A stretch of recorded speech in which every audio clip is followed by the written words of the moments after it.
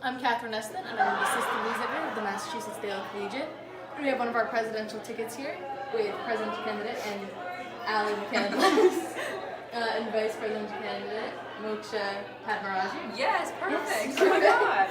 I've been writing with the other two students, but I'm glad to finally meet you two as well. You too.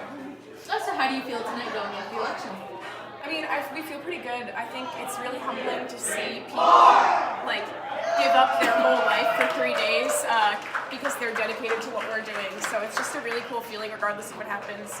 We're really grateful for everyone that gave time, and it's always hard on everyone. So I just want to give a shout out to all the candidates, the Elections Commission, everyone, because this is just a tough 3 days for everyone. But we feel like we really gave it our all. We tried to run a really clean race. I think we're pretty proud.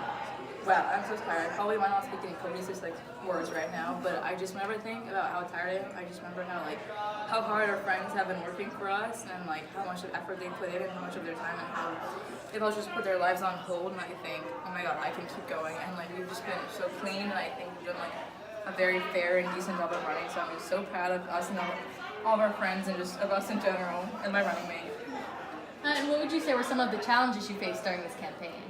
The challenges are always the rules of the Elections Commission aren't always well defined. So it's there's a lot of them. So we always try to make sure we're staying in the rules, and we didn't get any suspensions, which we're really proud of, because that's always a big thing. I think the other hardest thing is just the fact that this is a busy academic week, and I know I had an exam, a lot of our people on our campaign team had exams, and I know people on some of the other tickets who had exams too, so it's just hard. And then you feel bad bothering people who are walking into exams, but yeah. I think the timing was rough. I know for me personally, I know it was midterm season for a lot of people, and just the weather, so it was hard to just go out and campaign, because no one's outside, and you don't want to bother people as you're trying to walk past when it's 10 degrees outside, so just the timing could have been better, but I can't blame anyone for that, obviously. And were there any unique challenges in facing the incumbent this year? I think it's always interesting. I mean, we weren't here when Anthony Vitale, the last incumbent, first won election, but we've read about it, and it's obviously he was the first incumbent to win in 15 years or something like that. So it's just kind of crazy. It's it's just very unprecedented. I think every election is different no matter who's running. And there's always going to be unique challenges, unique things to face. I think for me, something that I've talked to everyone else about is this isn't personal for me. It's not about people as a person. It's just our visions of being leaders. I agree. I can't say anything. I can't put it better than that, honestly. And what was the best part about talking to students, and what do you think you heard back from them? I think honestly, I love meeting new people. I think just being able to meet always new people, and just talking about their lives, and what kind of clubs they're involved in, what kind of sports they do is super cool. And I talk to people in places I've never been to before on campus. I think that was just super eye-opening. I never went to the science library. I was there the other day, and I was this is so cool. And I think all these new people, I talk to all these new students, and always new perspectives about their classes and their majors, and I was this is really cool. I should do this more often, not just during elections. I was joking, maybe more people will pronounce your name right now, Moksha. Possibly. Maybe, My bad on that. No, you were perfect. I loved it. It's just so cool. I love meeting people. That's why I do what I do. In my role, I get to meet a lot of student leaders already, but it's this week I was just able to expand that so much, and the amount of people that I talked to this week who were oh, I already voted for you, I believe in what you're doing, good luck. It just really kept you going, Or even just hearing I already voted was a president, just vote for someone, hopefully us, but just vote for someone, and just please vote and make your voices heard. So I think it was a little bit disheartening to hear when people were just I just will never vote, and I'm I wish you would, I don't want to bother you any more than I already am. So it was one of the challenges that I saw personally. And do you have any immediate post-election plans? Once the results are heard, do you have any plans right after that? Sleep. I think besides sleep and homework and catching up, maybe call my mom. I haven't called her in a week, but I think just getting back. I also have another SGA meeting tomorrow for my current position. I think just getting back into the flow of things, and just I just want to thank all my friends. Thanking all of them so good. I don't know how you can ever repay them, honestly. It's just true friendship. I don't know, it makes you happy. So definitely sleep, and I also I definitely want to text everyone else who is running regardless of the results, and just say hey, it was a good race. Get some sleep. Good competition. It was tough, but it was fun. Yeah. So how would you two say you're feeling going into tonight? I'm really proud of our team. Is mostly my emotion. We had a really tremendous group of students. really putting their time and energy into this, and that's like the most beautiful aspect of it for me, is that other students can connect to like values-driven policy of ours. Yeah. So And really just hearing what everyone, all the feedback that we've been getting, people coming up to us in like dining halls earlier today, it was just incredible to hear like how much of an impact this campaign has had on people. So what was your primary mode of campaign for this year? Did you go to dining halls and interact with people, or was it more digital? So, no, I don't think it was that digital. It was No. really face-to-face. So we knocked doors in over half of the residence halls on campus. Yeah. So we talked to a lot of folks, and then also in the dining halls. So Just, yeah, really anywhere we could find people and just be like, here's what we're running for. Like, we really hope it's impactful to you. And did you manage to get to every residential area on campus? Yes. Yeah. Wow. Yeah. Into it. Yeah. Yeah. So are there any reactions that surprised you when you were talking to people? That's a good question. I don't think so. Yeah, I think one of the main focuses of our campaign has been on like college affordability and just like hearing some of the stories that people were sharing with us about how it's impacted them. It was just really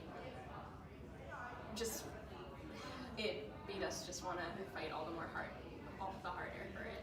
I think that's a great point. A lot of our issues are rooted in the day-to-day experiences or struggles of students on campus. So I don't think hearing those stories was like new, but sometimes the degrees at which students experience debt or food insecurity can be startling. So. And did you run into any challenges in the final days of the campaign? Well, we were not allowed to campaign for a couple of hours, which I have my own opinions about, but that might have been a little. Yeah, so we heard a bit about that. Could you go into, what the supposed campaign violations were? Sure. So the RA and Peer Mentor Union had endorsed us, our candidacy, because they believe, as a union, that we are the right choice to lead this campus. And so from their decision to get involved in the election, they sent an email out to sort of all of the RAs and peer mentors who are union members, and the Elections Commission deemed that email as a violation because we had not previously registered their listserv with the commission, which Very confusing. yeah, to us. it was very confusing because typically the commission only rules on RSOs, agencies for student businesses, and where the union is a legal entity that exists like in the Commonwealth, like Right. as a union, that the SGA has no jurisdiction over. I find a point of dispute here, but the commission ruled the way that they did. So. So going forward, since you at least will have the rest of this term, do you think they'll be looking at anything with campaign law, talking about how to incorporate the union into that? Yeah, for sure. I think that this is a conversation that a lot of folks have been wanting to have, and then with like 3 years of experience here, and seeing also the ways that commissions fluctuate, I think it's really important to have those conversations. Yeah, and I think there's a general lack of like clarity and like firm definitions of what is considered to be what kind of resource, what needs to be registered, and I that's definitely something I want to look at regardless. All right, and then do you feel confident about the result tonight, or? I think we know we both worked as hard as we can. Our team has worked as hard as we can. We're very proud of what we did, regardless of what happens tonight. And I am so proud of Hayden. I could not have asked for a better running mate in this, so thank you. Thank you. Do you have any post-decision plans, regardless of the outcome?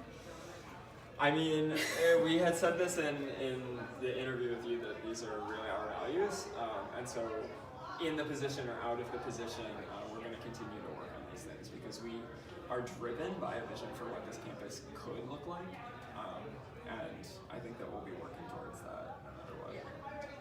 All right, thanks so much, and enjoy the rest of your night. Thank you. Best of luck. The first question, how are you feeling tonight? Feeling good. I think we did as best as we could campaigning, and I'm hopeful for this election, and I hope whoever is elected does a great job for all the students. I think we're feeling good tonight. Yeah, we're definitely ready to hear the results and see what goes from there. Yeah, definitely. How confident are you that your team can win? I think we put everything we could out there, and I think we chose topics that are like hard hitting for students currently. So I think we reached a population of students that usually isn't reached, and I think that we represented them as best as we could in terms of being presidential and vice presidential candidates. So I feel confident. Yeah, me too. I definitely think that we tried our best to reach students and try to help students and show that we want to help students, and we're just kind of hoping for the best. Speaking about talking about reaching students, what has it been like talking to people? Well, it's been pretty great actually. Every once in a while you're just talking to someone and they're like, okay, sure, sounds good, and you hope they vote.